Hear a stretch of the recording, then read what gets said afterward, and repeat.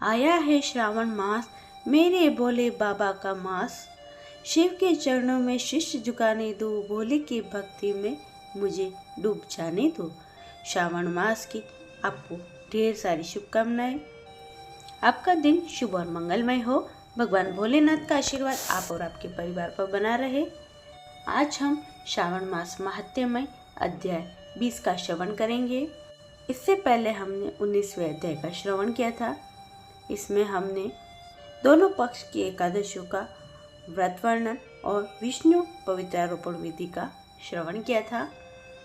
आप सबसे छोटा सा अनुरोध है, आपको ये महात्म्यमय की कथाएं अच्छी लगती हैं तो इसे लाइक ज़रूर करें और कमेंट में ओम नमः शिवाय ज़रूर लिखें। और हमारी प्रतिदिन महात्म्यमय की कथा सुनने के लिए आप सबका दिल से धन्यवाद।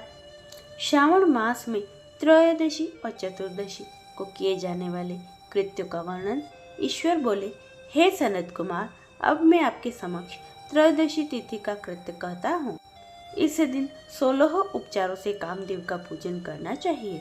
अशोक, मालती पुष्प, देवताओं को प्रिय कमल, कोसुम्ब तथा बकुल पुष्पों और अन्य प्रकार के सभी सुगंधित पुष्पों, रक्त, अक्षत, पीले चंदन, शुभ सुगंधित द्रव्यों तथा पुष्टि प्रदान करने वाले, तेज की वृद्धि करने वाले अन्य पदार्थों से पूजन करना चाहिए।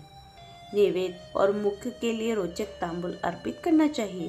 तांबुल में चिकनी उत्तम सुपारी, खीर, चूना, जावित्री, जायफल, लवंग, इलायची, नारिकेल, बीज के छोटे टुकड़े, सोने और चांदी के पात्र, कपूर और केसर, इन पदार्थों को मिलाना चाहिए। मगध देश में उत्पन्न होने वाले श्वेत वर्ण पके हुए पुराने द्रव तथा रसमय तांबुल शंबासुर की शत्रु कामदेव की प्रसन्नता के लिए अर्पित करना चाहिए। उसके बाद मोम से बनाई गई बत्तियों से कामदेव का निराजन करें और पुनः पुष्पांजलि प्रदान करें। इसके बाद उनके नामों से प्रार्थना करें, जो इस प्रकार है। समस्त उपमानों में सुंदर तथा भगवान का पुत्र प्रद्युम्न, मीनकेतन, कंदर्प, अनम्ब, मनमथ, मार, कामस्तंबुत, शशकेतु और मनुभव, कस्तूरी से सुशोभित, जिनका वक्षस्थल आलिंगन के चिन्हों से अलंकृत है। हे पुष्पधनवन, हे शंबासुर के शत्रु, हे कुसुमेश, हे रतिपति, हे मकरध्वज, हे पंचेश, हे मदन, हे समर, हे सुंदर, देवताओं की सिद्धि के लिए आप शिव के द्वारा दग्ध हो जाए, उसी कार्य से आप परोपकार की मर्यादा कहे जाते हैं। आपके दिग्विजय करने में वसंत की सहायता निमित्त मात्र है। इंद्र दिन रात आपका मनोरंजन करने में लगे रहते हैं, क्योंकि अपने पद से च्युत होने की शंका में वे तपस्वियों से भयभीत रहते हैं। आपके अतिरिक्त दृढ़ मन करने वाला कौन है जो शिवजी से विरोध कर सकता है? पर ब्रह्मानंद के समान आनंद देने वाला आपके अतिरिक्त दूसरा कौन है? जो महामोह की सेनाओं से आपके समान तेजस्वी कौन है? अनिरुद्ध के स्वामी, आपके मलयगिरी पर उत्पन्न चंदन, तग्र तथा अगरु से सुवासित विग्रह वाले जो देवेश कृष्ण पुत्र हैं, वह आप ही हैं। हे शरतकालीन चंद्रमा के उत्तम मित्र हैं। हे जगत की सृष्टि के कारण, जगत पर विजय के समान दक्षिण दिशा तथा पनवन देव आपके सहायक थे। हे नाथ, आपका अस्त्र महान है, निष्फल न होने वाला, अत्यंत दूर तक जाने वाला, मर्मस्थल का छेदन करने वाला, पूर्ण शून्य तथा प्रतिकार रहित है। सुना गया है कि वह अत्यंत कोमल होते हुए भी महान शुभ करने वाला है।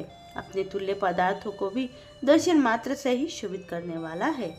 जगत पर विजय करने में सहायक होने से प्रवृत्ति ही आपका मुख्य अलंकार है।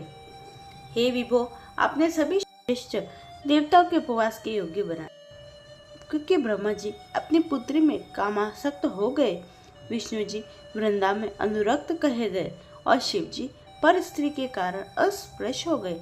हे मानद, यह वर्णन मैंने मुख्य रूप से किया है, अधिक करने से क्या लाभ? इस लोक में अपने वश में रहने वाले ब्राह्मण विरले हैं। अतः हे भगवान, इसकी की गई पूजा से आप प्रसन्न हो। श्रावण मास में शुक्ल पक्ष की त्रयोदशी तिथि के दिन पूजा करके कामदेव प्रवृत्ति मार्ग के विषयासक्त व्यक्ति को अत्यधिक पराक्रम तथा शक्ति करते हैं और निवृत्त मार्ग में संलग्न व्यक्ति से अपने विकार को हर लेते हैं। श्रावण मास में शुक्ल पक्ष की त्रयोदशी तिथि में अपनी पूजा के द्वारा संतुष्ट होकर ये कामदेव सकाम पुरुष को अनेक प्रकार के अलंकारों से भूषित तथा मनोरम स्त्रियां प्रदान करते हैं और दीर्घजीवी गुणों से संपन्न सुख देने वाले और श्रेष्ठ वंश परंपरा वाले अनेक पुत्र देते हैं। हे मानद, त्रयोदशी तिथि का शुभ कृत्य है, उसे मैंने कह दिया। अब चतुर्थी तिथि में जो करना चाहिए उसे सुनिए। अष्टमी को देवी का पवित्र आरोपण करने को मैंने आपसे कहा है। वह यदि उस दिन न किया जाए तो चतुर्दशी के दिन पवित्र धारण कराए। चतुर्दशी तिथि को त्रिनेत्र शिव को पवित्र अर्पण करना चाहिए। इसमें पवित्र धारण करने की विधि देवी और विष्णु जी की पवित्र विधि के समान ही है। केवल प्रार्थना तथा नाम में ही अंतर लेना चाहिए। शिव, आगम, जाबाल आदि ग्रंथों से इसकी जो विधि है उसे जो मैंने कहा है, विकल्प से इसमें कुछ विशेष है, उसे मैं आपको बताता हूँ। 11 अथवा 48 अथवा 50 तारों का समान ग्रंथि तथा समान अंतराल वाला पवित्रक बनाया जाना चाहिए। पवित्रक 12 अंगुल प्रमाण के, 8 अंगुल प्रमाण के और 4 अंगुल प्रणाम के पूज्य शिवलिंग के विस्तार के प्रभाव वाले बनाकर शिव जी की प्रसन्नता के लिए अर्पण कर देना चाहिए। विधि पहले बताई गई है, फल आदि पहले कहे जा चुके हैं। जो इस व्रत को करता है वह कैलाश लोक प्राप्त कर लेता है। जो इस व्रत को करता है वह कैलाश लोक प्राप्त करता है। हे वत्स, मैंने यह सब आपसे कह दिया, अब आप और क्या सुनना चाहते हैं? इस प्रकार श्री स्कंद पुराण के अंतर्गत ईश्वर सनत कुमार संवाद में श्रावण मास महात्म्य में त्रयोदशी चतुर्दशी कर्तव्य कथन नामक 20वां अध्याय पूर्ण हुआ। बोलिए उमापति महादेव की जय, भक्तवत्सल भगवान की जय। ये था आज का महात्म्य अध्याय। आशा करती हूँ आपको अच्छा लगा होगा। इसे लाइक करें, चैनल को सब्सक्राइब कर लें और कमेंट में हर हर महादेव जरूर लिखें। सभी भक्तों को प्रेम भरा राधे राधे।